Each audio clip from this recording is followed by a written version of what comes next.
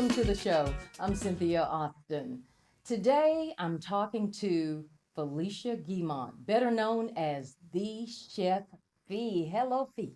How are you today, Cynthia Austin? I'm great because I'm talking to you. It's always good to talk to you. Great to talk to you as well. Chef Fee, what have you been into? I have been into community service. I have been into everything about my brand, Okay. Craving Life, focusing on things that are going to be helpful to anybody that has health needs, just any type of need, food needs, mental, everything. Okay.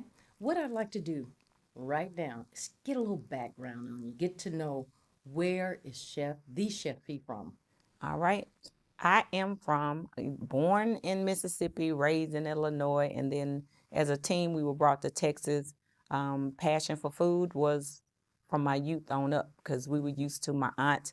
She would cook breakfast and let it cool off on the back porch. And Lord, I don't even understand what that wind from Mississippi did to the food, Mm-hmm. but I fell in love with food. So um, it was a passion of mine just to continue on with the flavors. I was curious about flavors.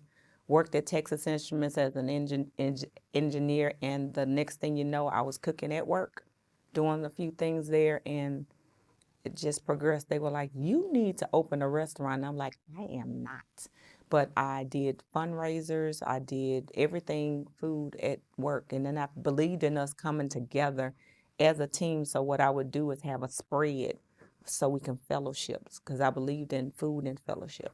Okay, backing back to your childhood a little bit. Did you cook when you were small, when We you were growing cooked, up? we baked. My stepdad would always say, I go to work, when I come home, there better be food on the table. Mm-hmm. And we figured it out. So Mm-hmm. I was frying chicken, picking up a skillet without a mitt and dropping it on the floor, burned a hole in the floor. I was learning at a young age how to get my scars Mm-hmm. Mm-hmm. in the kitchen atmosphere. But I learned early, and I had a passion cutting out biscuits with cups, not the cutters. These days we use all the fancy stuff, Oh, but you were cooking from scratch. oh yeah, You were doing the real deal. we were rolling out. I was doing the crusts for our holidays. I was doing food, Mm. everything about food. I was doing it.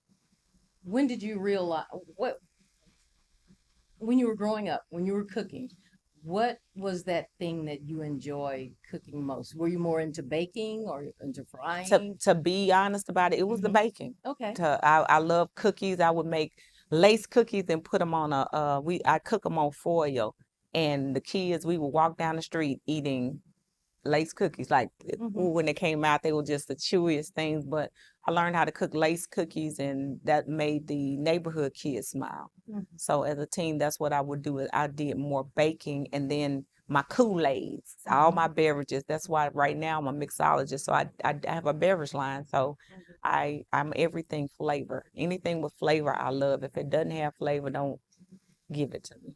Okay. For those who aren't familiar with a mixologist, exactly what is it that a mixologist does?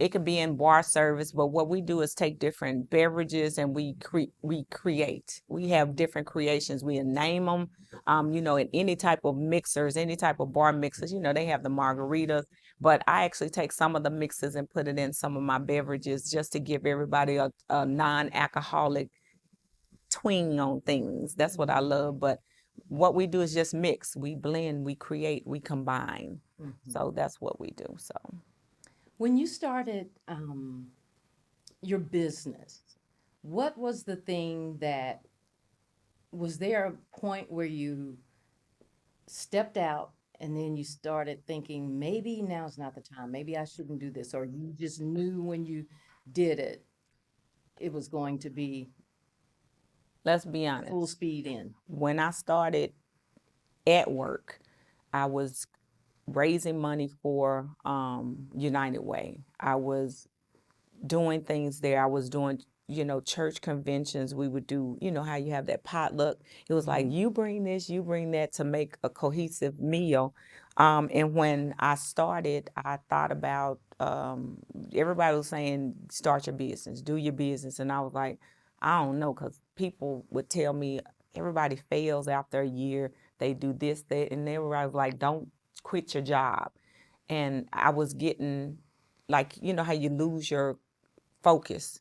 And I Mhm. was like, what do I really want to do? What do I really love to do? And everything that I did was surrounded about food. It was surrounded, you know, it's food, food, food, food. I fellowship with food. So when I stepped out while working a full-time job. I ain't do the crazy thing and just say, bam, my job is gone. So I worked a full-time job and I did the actual business. And it worked part-time, and then after a while when I was retired because of my health, I had something to fall back on. Most people fall back and they don't get up. I fell back into. So that's what I did. Well, we're going to take a break, and when we come back, I want to talk more about your business, how you launched it, and some of the obstacles that you faced, Ooh, and yeah. try to encourage the people out there who are getting their thing going. When we come back, we'll have more with the Chef B.